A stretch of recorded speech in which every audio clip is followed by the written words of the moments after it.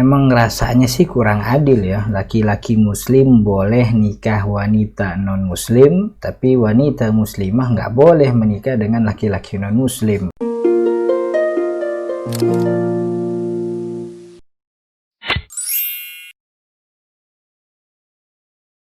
Assalamualaikum warahmatullahi wabarakatuh. Alhamdulillah, salatu wassalamu ala rasulillahi, amma ba'du. Teman-teman yang dirahmati Allah, kembali berjumpa dalam program kuliah Nikah Go gratis dan online. Pada bagian ini adalah kuliah ke-19. Kita akan bahas rukun yang kelima, yaitu rukun yang membahas tentang mempelai atau pengantin laki-laki.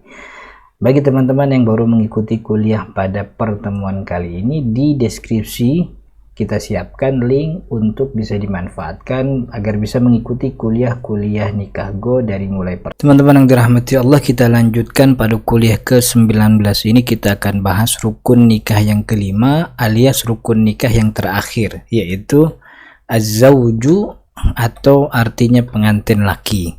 Jadi di pembahasan rukun keempat kemarin kan sebenarnya kita bahas zaujan, dua pengantin laki dan perempuan. Tapi karena pengantin laki dan pengantin perempuan ini punya syarat yang berbeda-beda, maka Imam Nawawi Banten dalam kitabnya Nihayatuz Zain membagi dua rukunnya menjadi rukun keempat dan rukun kelima, karena pengantin laki dan pengantin wanita punya syarat yang berbeda-beda.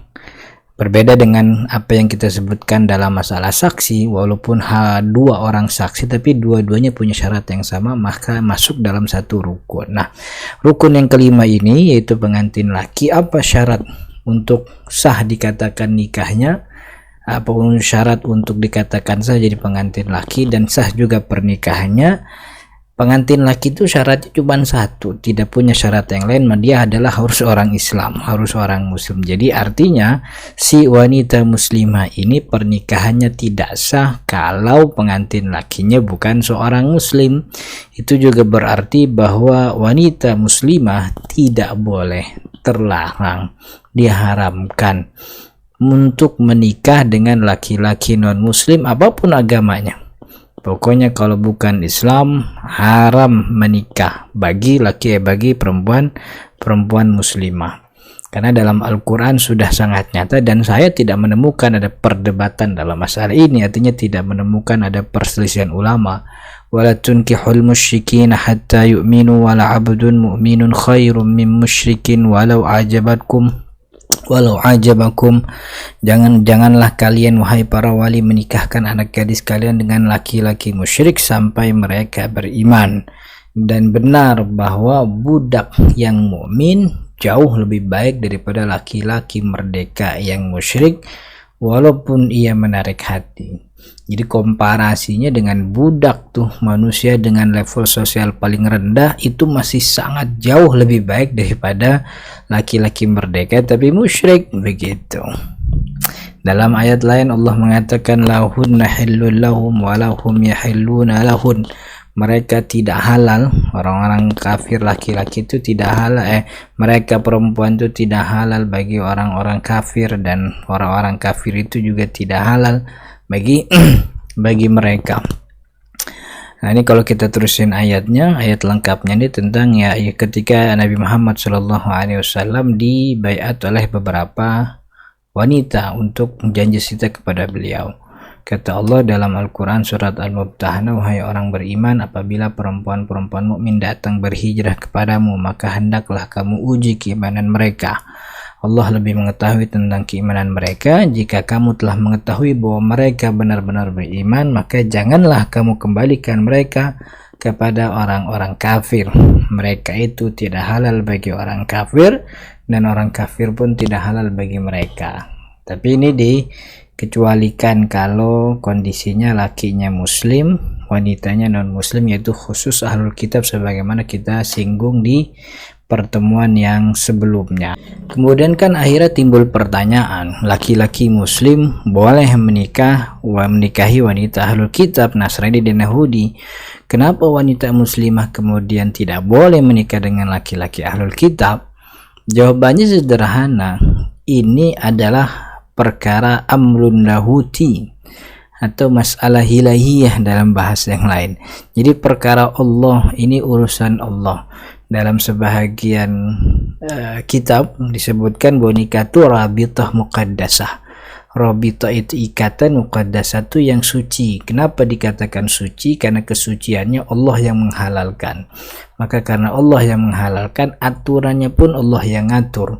Maka itu disebut amrun lahuti, perkara ilahi, perkara Allah urusannya. Dan dalam urusan Allah ini, dalam pernikahan ini, Allah ngatur dalam Al-Quran atau juga melalui mulut Nabi Muhammad SAW bahwa laki-laki muslim boleh menikah dengan wanita ahlul kitab, tapi tidak sebaliknya gitu. Jadi ini perkara amrun lahuti, atau yang dalam bahasa Indonesia kita sebut dengan istilah dogmatis. Ini dogma. Yang namanya dogma itu ya tinggal ikutin apa kata Tuhan. Allah bilang begitu, kerjain. Allah bilang begini, kerjain. Allah larang itu, jangan kerjain, kan begitu. Dalam bahasa agama yang lain namanya ta'abudi, perkara ritual. Tidak bisa ada pertanyaan.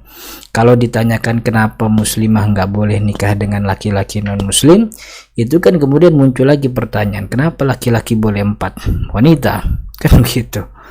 Lalu kenapa nggak boleh nikah sama adik sendiri kalau dia cinta sama adik sendiri? Lalu kenapa nggak boleh sama bibi, ternyata bibinya cantik dan sebagainya? Itu kan akan menimbulkan pertanyaan-pertanyaan terus ya. Jawabannya sama, dogmatis. Memang aturannya seperti itu.